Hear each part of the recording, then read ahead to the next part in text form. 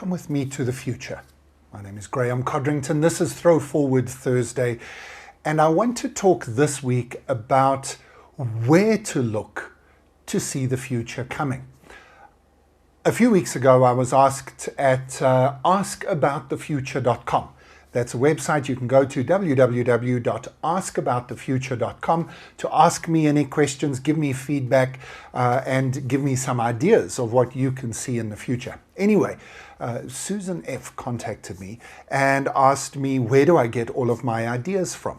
So last week, I talked about our TIDES model of disruptive change. TIDES being an acronym for the 5 areas that our team looks at to identify key disruptive forces coming our way. If you haven't watched that video, I know it was a slightly longer episode than normal, but please stop this video, go back and have a look at that. Otherwise, this one isn't going to make as much sense. But when you're using the TIDES model, you now know what you are looking for. You are looking for evidence and artifacts of change in those 5 categories. There's still a big question, and that is, where do I go looking? So the first thing I've done is I have switched on my radar. I've alerted my brain to the fact that I want to find evidence of disruption. That's an important thing to do. It's called reticular activation. If you want to know about how your brain is working, think about it. When last did you see a yellow car on the roads? And then if I say to you, there are a lot more yellow cars than you can imagine, and if you remember that statement, if you disagree with me and you think, Graeme, I've never seen a yellow car, I think you'll see a lot of yellow cars in the next few days. Maybe that example's a cheap one because it really makes no difference to you. If somebody in your life, including yourself, falls pregnant, you'll suddenly discover the world is filled with pregnant women. Because your reticular activation method of your brain ignores a whole lot of stuff and only looks for the things that it wants to look for. So you've got to alert your brain to the fact that you do want to look for these tides. Okay, but now where do you actually go looking? Well, first of all, do some reading. So read books that are about the future. Books, not just non-fiction business books, but there are actually some amazing science fiction books and even novels that will alert you to different ways in which the world might be put together. Those are particularly useful for some of the institutional change issues that we are looking at. But I'm also thinking about reading books that get you to see the world in a different way. Adam Grant's Think Again, Jane McGonigal's Unimaginable, and the list goes on and on. There are plenty of these types of books that are easy to recommend. Follow our newsletters at Tomorrow Today Global. Go to tomorrowtodayglobal.com and sign up for our newsletter. Whenever we find a good book like this, we put it in our weekly newsletters to alert you to them. But those books will help you to open your minds. Also, follow the authors of those books. So it takes a long time to research and write a good book. You shouldn't trust authors who churn out a book every 6 months. Good books take time, but a lot of those authors are putting stuff out on a regular basis, especially on social media these days. Social media isn't all just about cat videos and dance-offs.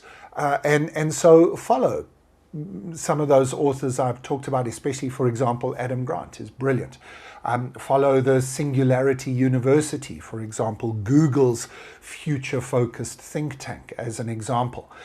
And just look at who those people follow and build up your list of people to follow. In my case, follow me on LinkedIn. At the moment being late 2022, I kind of am just using Instagram for memes and dad jokes and things like that.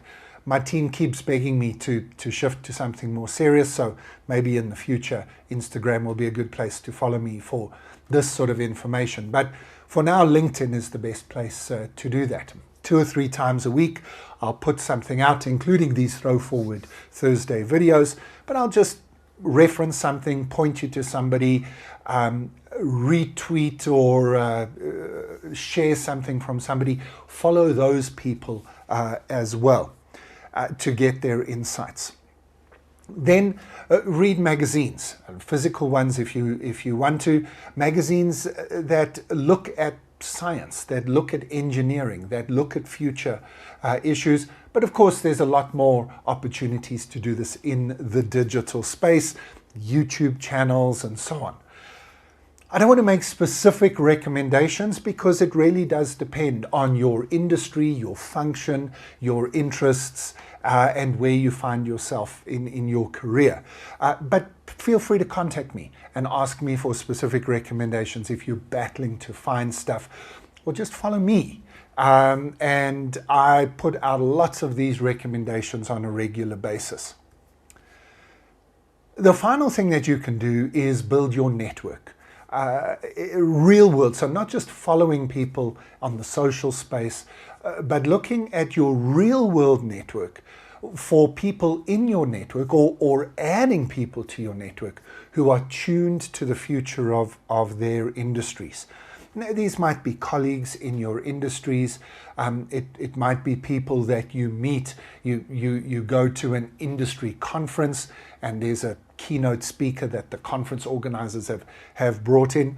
You know, they there. Go stand in line to go and meet them, follow them on LinkedIn, build a network with them, comment on what they put out, get connected with them, and slowly, this is not something you do by next Friday, this is something you do by 2035, is you build that network of people who are watching the future of their particular part of the world, watching the future of their industry.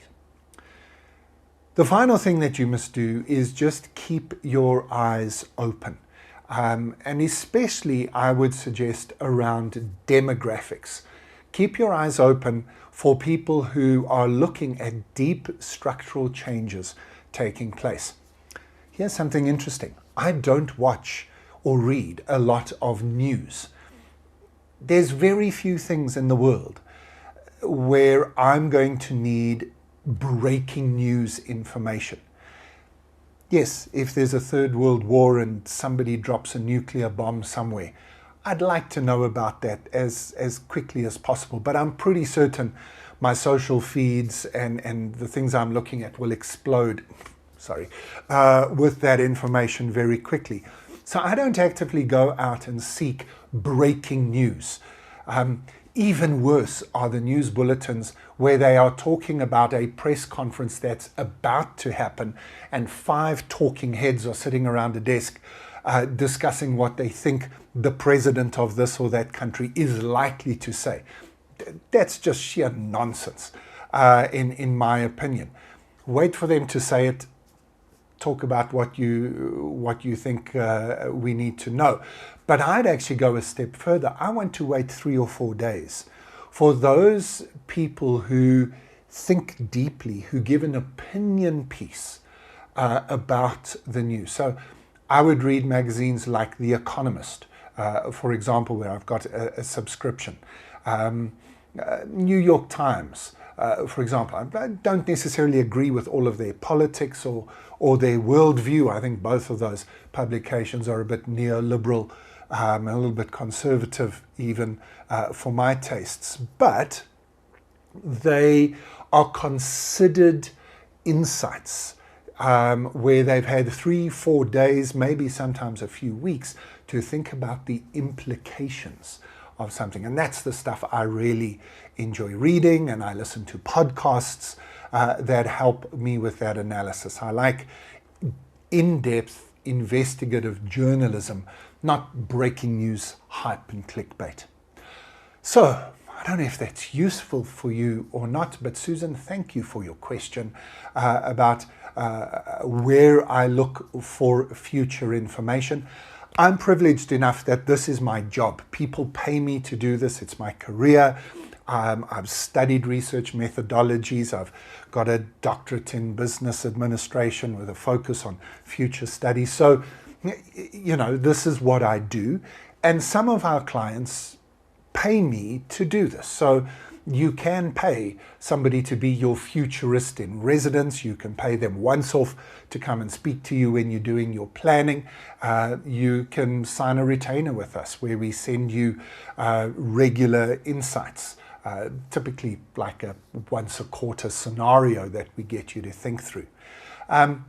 But I really do believe that this is a capability and a skill set that you and your team can develop for yourselves.